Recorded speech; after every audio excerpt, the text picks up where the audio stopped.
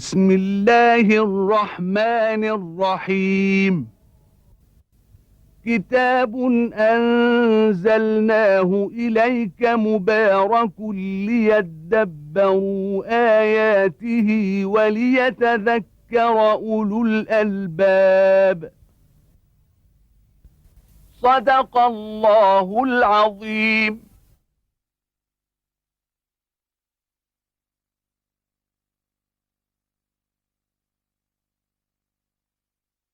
الحمد لله رب العالمين الرحمن الرحيم مالك يوم الدين، والصلاة والسلام على المبعوث رحمة للعالمين سيدنا ونبينا محمد وعلى آله وأصحابه ومن اهتدى بهديه وعمل بالسنة يوم الدين.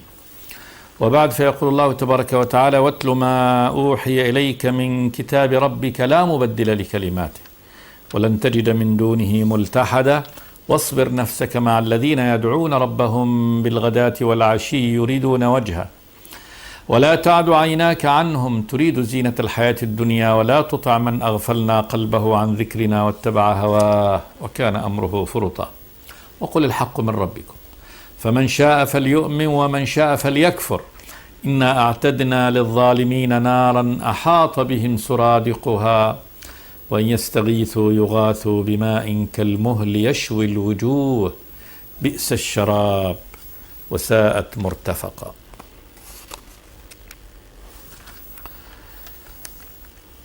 في ختام ما قص الله تبارك وتعالى من قصة أصحاب الكهف، وجه الله تبارك وتعالى رسوله صلوات الله وسلامه عليه إلى مجموعة من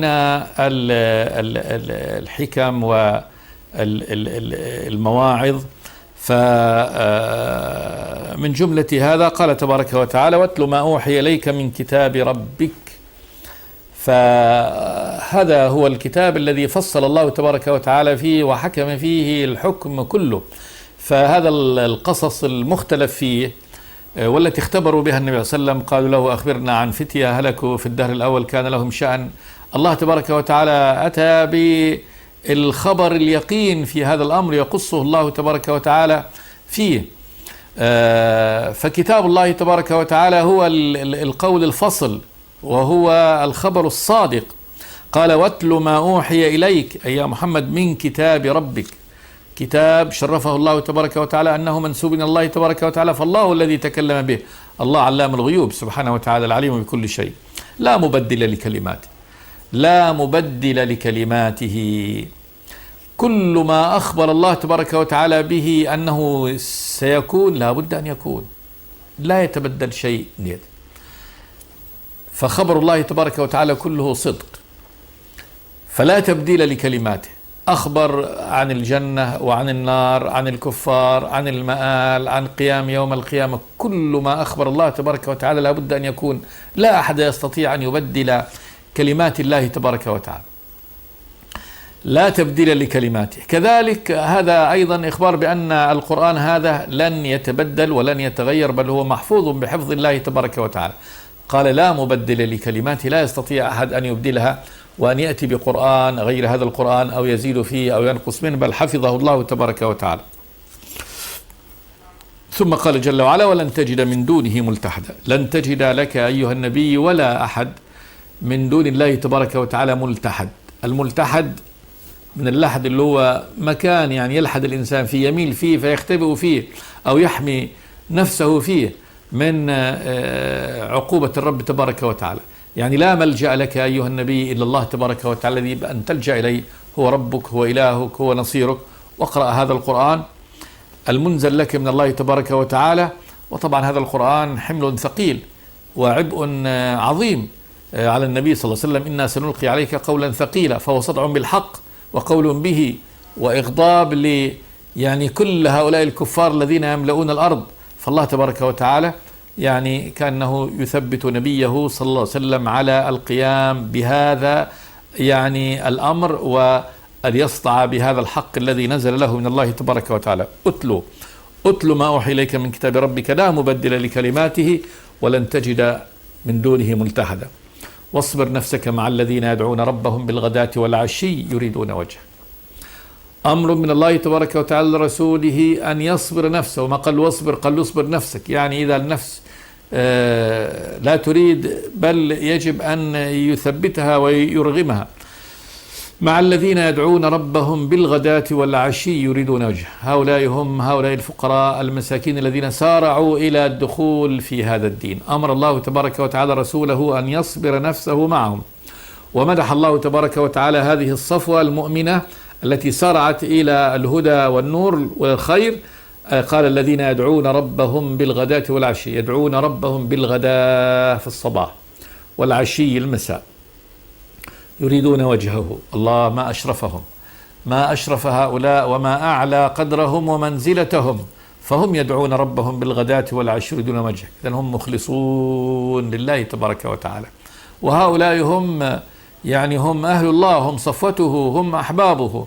فهؤلاء أمر النبي بأن يصبر نفسه معهم، وإن كانوا ما كانوا من الفقر ومن القهر ومن العذاب النازل عليهم من الكفار.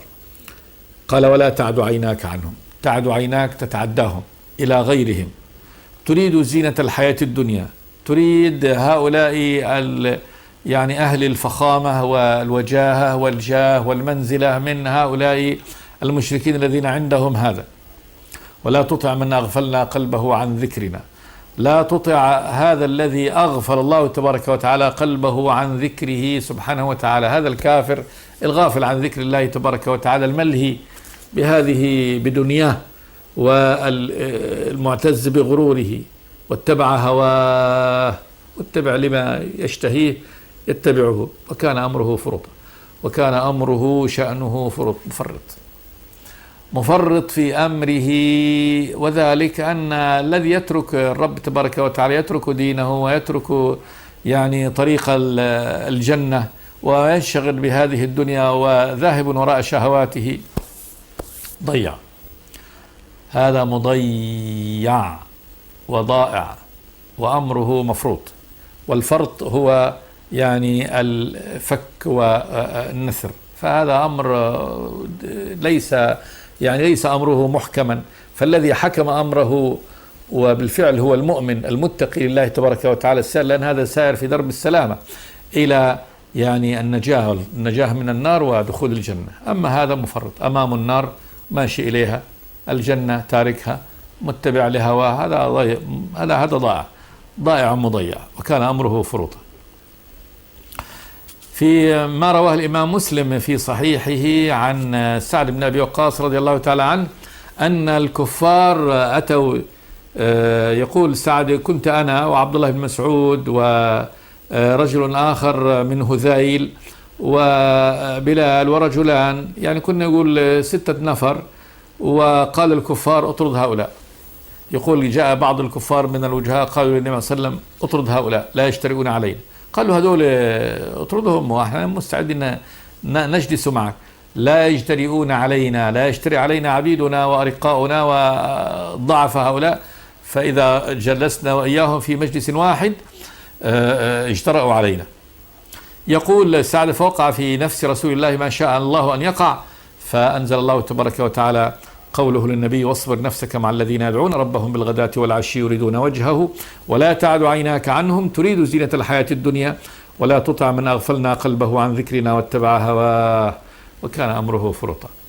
وذلك أن النبي كان حريصا على أن يدخل الأغنياء وأهل المنزلة والمكانة والملأ من قريش يدخلوا إلى هذا الدين، لأن بدخولهم للدين دخول لكل من هم تبع لهم إلى هذا الدين.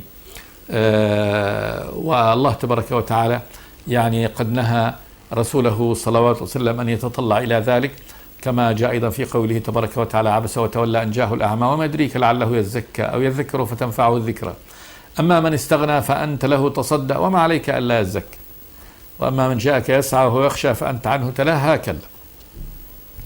فالله سبحانه وتعالى يأمر رسوله أن يصبر نفسه مع هؤلاء الفقراء المسلمين وضعفتهم، وهؤلاء الذين كان منهم عبيد وأرقاء يستذلون ويستضعفون. أمره الله تبارك وتعالى أن يصبر نفسه معهم. قال: واصبر نفسك مع الذين يدعون ربهم بالغداة والعشي يريدون وجهه ولا تعد عيناك عنهم، أي تتعداهم إلى غيرهم، تريد زينة الحياة الدنيا ولا تطع من أغفلنا قلبه عن ذكرنا واتبع هواه وكان أمره فرطا وقل الحق من ربكم. قل لهم لهؤلاء الكفار الحق من ربكم. هذا الدين هو الحق، وهو ليس مني وإنما هو من ربكم إلهكم وخالقكم سبحانه وتعالى، الله ملك السماوات والأرض. وقول الحق من ربكم، فمن شاء فليؤمن ومن شاء فليكفر. الأمر الآن أصبح يعني موجه إليكم، من شاء أن يؤمن بهذا، هذا الحق ما هو من عندي، من عند ربكم خالقكم ورزقكم، وبالتالي هو الذي بيده كل شؤونكم سبحانه وتعالى. فمن شاء فليؤمن ومن شاء فليكفر. من شاء أن يتخذ طريق الإيمان هذا طريقه، ومن شاء أن يكفر فهذا طريقه. ثم قال جل وعلا إنا أعتدنا للظالمين نارا أحاط بهم سرادقها. يعني ليست مشيئة، يعني مشيئة الآن واختيار، اختاروا أحد الطريقين، لكن اعلموا هذه نهاية الطريق، يعني طريق الشر، وهذه نهاية طريق الخير. إنا الرب جل وعلا أعددنا وجد أعتدنا بالزيادة في بنية الكلمة لبيان أن هذا معد ومعد. إنا أعتدنا للظالمين، وهو ظالم الذي اختار الكفر على الإيمان، ظالم، وضع الشيء في غير محله، ظلم نفسه. نارا اللي هي نار الآخرة أحاط بهم سرادقها، سجن. السرادق هو الرواق الذي يكون يعني حول الشيء قد أحاط بها من كل مكان. نار، لكن هذه النار ليست نار مشتعلة وحولها يعني هواء وفضاء، لا، وإنما سوره كله من نار، وجعلنا جهنم للكافرين حصيرا، محصار يحصرون فيه. أحاط بهم سرادقها أي من كل الجوانب. وإن يستغيثوا يغاثوا بماء كالمهل. إن استغاثوا من شدة هذا السجن والعذاب نغيثهم بعذاب أشد. يغاث، قال جل وعلا يستغيث، يطلب الماء، يطلب الرحمة، يطلب الخروج من هذا، يطلب يعني فكاك السجن، لكن إغاثتهم بزيادة عذاب. يغاث بماء كالمهل، ماء، لكنه ليس كالماء المعهود في هذه الدنيا، وإنما هو ماء كالمهل، ماء العذاب هذا، كالمهل، كالمعدن المذاب، كأنه رصاص المذاب أو حديد المذاب. ومعلوم أن هذه المعادن يعني في الأرض هنا إنما لا تنصهر وتذاب إلا في درجات حرارة عالية، قد تصل إلى 1000 درجة، 2000 درجة، فهذه كذلك. فهذه المعادن ديت، الماء هذا ماء الآخر، هذا ماء أهل النار عياذا بالله، كالمهل. ثم قال جل وعلا يشوي الوجوه. الحرارة المنبعثة من هذا الماء تشوي الوجه، يعني إذا أراد أن يشربه شوى وجهه، هذا من الحرارة المنبعثة منه، فضلا عن أنه لسه ما شربه. أما إذا شربه فإنه يقطع أمعاءه عياذا بالله، كما قال جل وعلا وسقوا ماء حميما فقطع أمعاءه. فهذا يشوي الوجه أولا، كما يقول بعض أهل العلم التفسير إنه إذا قربه من وجهه سقطت فروة وجهه فيه، فروة الوجه تنقشع من شدة الحرارة وتقع في هذا الماء الذي هو كالمهل، كالمعدن المذاب. يشوي الوجوه، قال جل وعلا بئس الشراب، بئس للذنب، لا أقبح ولا أشد نكالا وعذابا من هذا الشراب. يسمى شراب، لكن هذا شكله وهذا فعله وأثره عياذا بالله. وساءت مرتفقة، ساء هذا مرتفقا لهم، يعني هذا هو الإرفاق بهم. هذا الإرفاق نقول الإرفاق في المجلس، واحد ترفق به تقوم تجلس على سرير بدل يجلس على الأرض، ترفق به يجيب له ماء بارد عندما يكون هو في حرارة، ترفق به فيقوم تجيب له فراش ينام عليه، ترفق به تقوم تجعل الهواء الذي حوله يعني مناسب إذا كان في حرارة تخفف الحر عنه، ترفق به تجعله ينظر منظر جميل. فهذه المرافق التي هي رفق بالإنسان، مأكل هني، شراب مريح، فراش مريح، لا هذا مرتفق. لكن مرتفق أهل النار هذا إذا أخذوا يعني يرفق بهم، إرفاقهم إنما هو في إسقائهم مثل هذا الماء، بئس الشراب وساءت مرتفقا له. هذا الذي اختار هذا الطريق. أما الآخرون الذين اختاروا طريق الرب سبحانه وتعالى، قال جل وعلا: إن الذين آمنوا وعملوا الصالحات. هذا طريق الله، الإيمان والعمل الصالح. إن الذين آمنوا، والإيمان إذا قرن بالعمل الصالح ينصرف الإيمان إلى أعمال القلوب، كما سئل النبي صلى الله عليه وسلم عن الإيمان فقال: أن تؤمن بالله وملائكته وكتبه ورسله واليوم الآخر وتؤمن بالقدر خيره وشره من الله تعالى. هذه أصول الإيمان. والعمل الصالح اللي هي أعمال الإسلام، أعمال الإسلام، وتسمى كذلك أعمال الإيمان اللي هي الأعمال الخارجية، كما سئل النبي عن الإسلام فقال: أن تشهد أن لا إله إلا الله، وشهادة هذه الشهادة باللسان، وأن محمد رسول الله، وتقيم الصلاة وتؤتي الزكاة وتصوم رمضان وتحج البيت إن استطاع إليه سبيلا. والأعمال الصالحة كل ما أمر الله تبارك وتعالى به، كما قال النبي: الإيمان بضع وستون شعبة، أعلاها قول لا إله إلا الله، وأدناها إماطة الأذى عن الطريق، والحياء شعبة من الإيمان. فهذه الأعمال الصالحة بعضها واجب فرض وبعضها مستحب. فالذين آمنوا وعملوا الصالحات، الله يقول: إن الذين آمنوا وعملوا الصالحات، ودائما يقرن الله تبارك وتعالى بينهما في الجزاء، وأن الجنة تبع لهذا، تبع للإيمان وعمل الصالح. ما قال الله تبارك وتعالى في أي آية من القرآن إن يعني الإيمان وحده دون العمل يعني منجي ومدخل إلى الجنة، بل يقرن الله تبارك وتعالى بين الإيمان والعمل الصالح. إن الذين آمنوا وعملوا الصالحات إنا لا نضيع أجر من أحسن عملا. إن الرب سبحانه وتعالى الإله الذي لا إله غيره سبحانه وتعالى ولا رب سواه، لا نضيع أجر من أحسن عملا. هذا عامل لله، هذا المؤمن الذي عامل للصالحات عامل لله. والله أخبر بأن هذا يعني مثله كمثل الأجير، الله سبحانه وتعالى سيعطيه أجر، والذي سيأجر هنا الله سبحانه وتعالى. والله سبحانه وتعالى من صفته جل وعلا ومن شأنه أنه لا يضيع أجر عامل. واحد أحسن العمل لا يمكن أن يضيع الله تبارك وتعالى أجره، ليس هذا من صفات الله تبارك وتعالى، إن واحد يعمل لله ثم الله تبارك وتعالى يضيع أجره، يقول له ما عملت أو ينساها أو لا، بل الله تبارك وتعالى بالنسبة للعامل الذي عمل له لو عمل ذرة من الخير فلا يضيعها له، يأجره عليها سبحانه وتعالى. إنا لا نضيع أجر من أحسن عملا، كل من عمل عملا حسنا لله تبارك وتعالى يأجره الله عز وجل عليه ولو كان مثقال الذرة. إن الله لا يظلم مثقال ذرة، وإن تك حسنة يضاعفها ويؤتي من لدنه أجرا عظيم.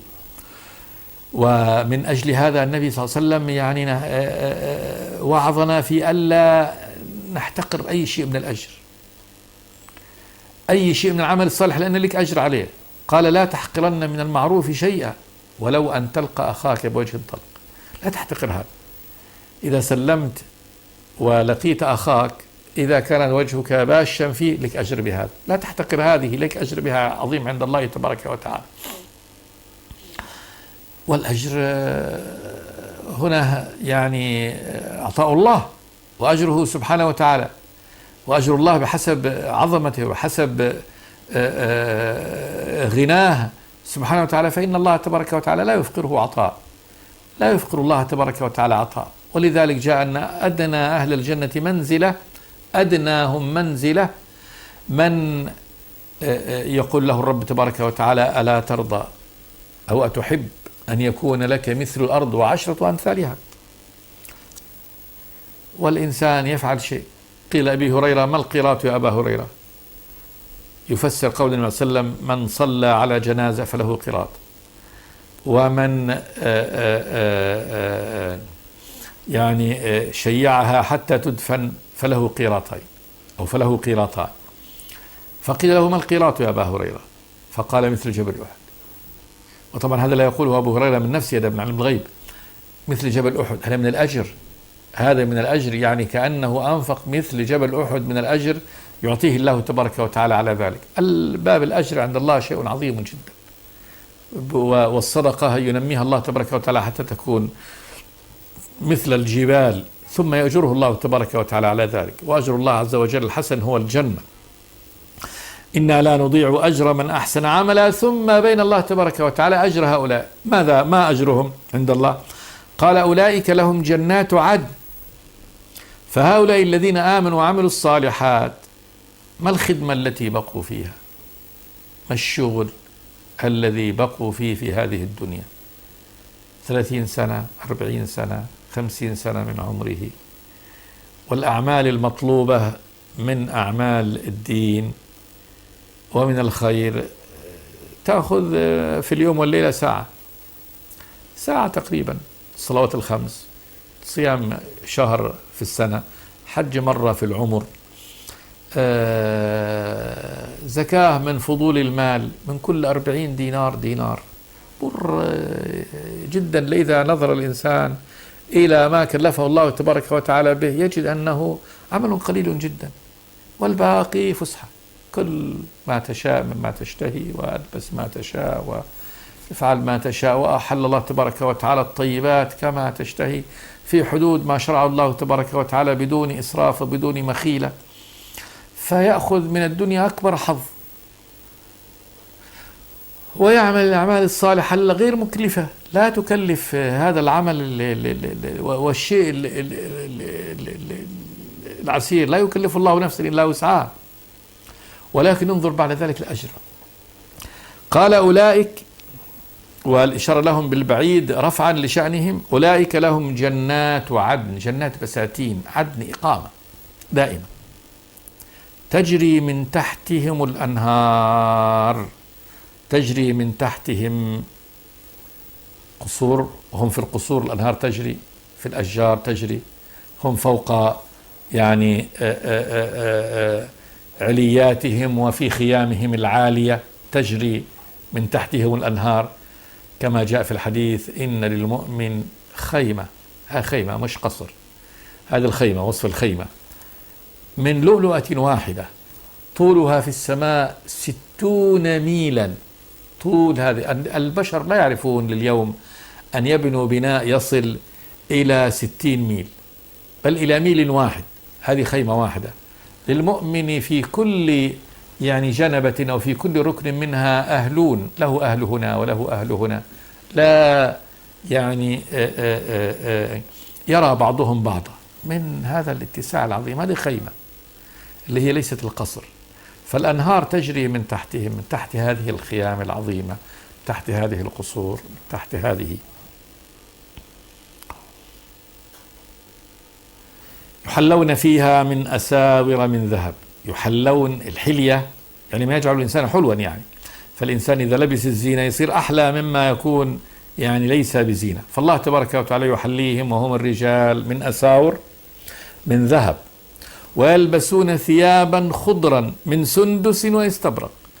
ثيابهم يعني حلية أهل الجنة من الذكور الذهب، ولباسهم من السندس والاستبرق. السندس اللي هو الحرير الناعم، والاستبرق السميك، متكئين فيها على الأراك. هذا بالنسبة لحلية الرجال. وأما النساء فالمرأة هي بذاتها حلية، يعني بذاتها، بذات الخلق، كما قال جل وعلا كأنهن الياقوت والمرجان. فهذه جسمها يعني كأنه الحلية، كأنهن الياقوت والمرجان، وقال كأنهن بيض مكنون. فهذا حلية الرجال. ويلبسون ثيابا خضرا من سندس واستبرق متكئين فيها على الأرائك.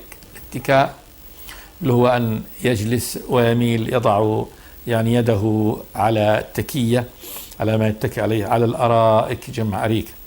وهذه الأرائك يعني منسوجة من الذهب، والفرش التي عليها قال فرش بطائنها من استبرق. نعم الثواب.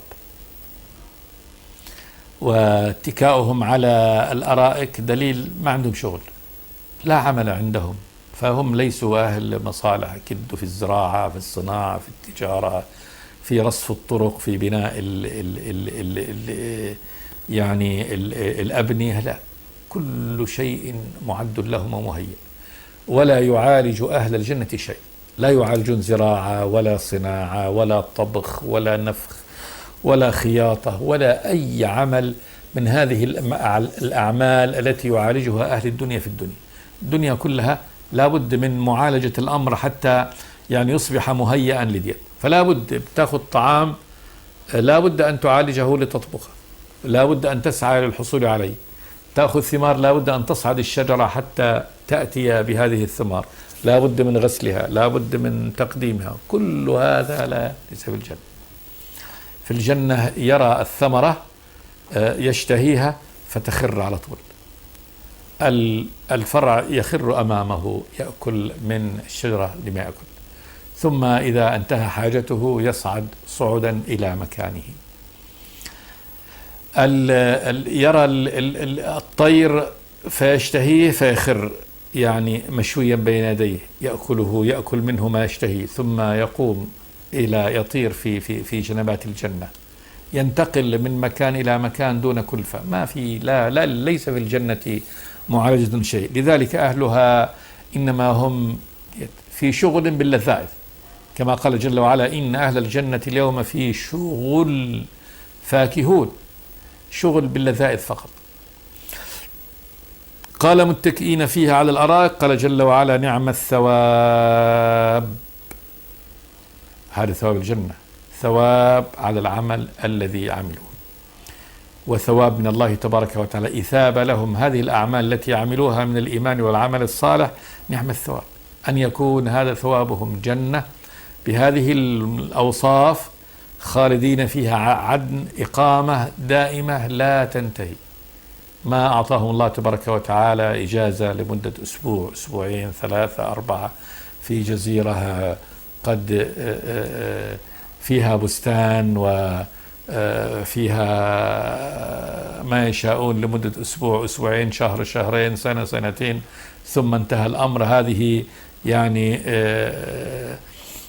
جزاؤهم وانتهى. لا، وإنما في هذه الجنة المستقرة الباقية على هذا النحو المتسعة، هذا الاتساع العظيم، كما قال جل وعلا: وسارعوا إلى مغفرة من ربكم وجنة عرضها السماوات والأرض أعدت للمتقين، مهيئة، كل شيء فيها مهيئ، حتى الإناء يعني الأواني فيها، الفرش التي تفرش مديت، والزرابي مبثوثة، الزرابي اللي هي البسط العظيمة جدا مبثوثة تحت الأشجار هنا وهناك، ما في خدمة، ما في شيء يعني يعالج. والخدمة متاع، الخدمة يخدمهم الولدان يعني الاستمتاع، كما قال جل وعلا: إذا رأيتهم حسبتهم لؤلؤا منثورا وإذا رأيت ثم رأيت نعيما وملكا كبيرا. فهذا الله تبارك وتعالى يقول في هذا الثواب: نعم الثواب الذي يثابه أهل الجنة يعني في الجديد على عملهم، وحسنت مرتفقا، حسن هذا رفقا بهم. انظر الرفق الذي يرفقون به، مأكلا ومشربا ومنكحا وسرورا وحبورا، كل شيء في غاية يعني الإرفاق بهم، عطاء جزيل من الله تبارك وتعالى. نسأل الله تبارك وتعالى أن يجعلنا منهم، وأستغفر الله لي ولكم من كل ذنب، وصلى الله وسلم على عبده ورسوله محمد. بسم الله الرحمن الرحيم. كتاب أنزلناه إليك مبارك ليدبروا آياته وليتذكر أولو الألباب. صدق الله العظيم.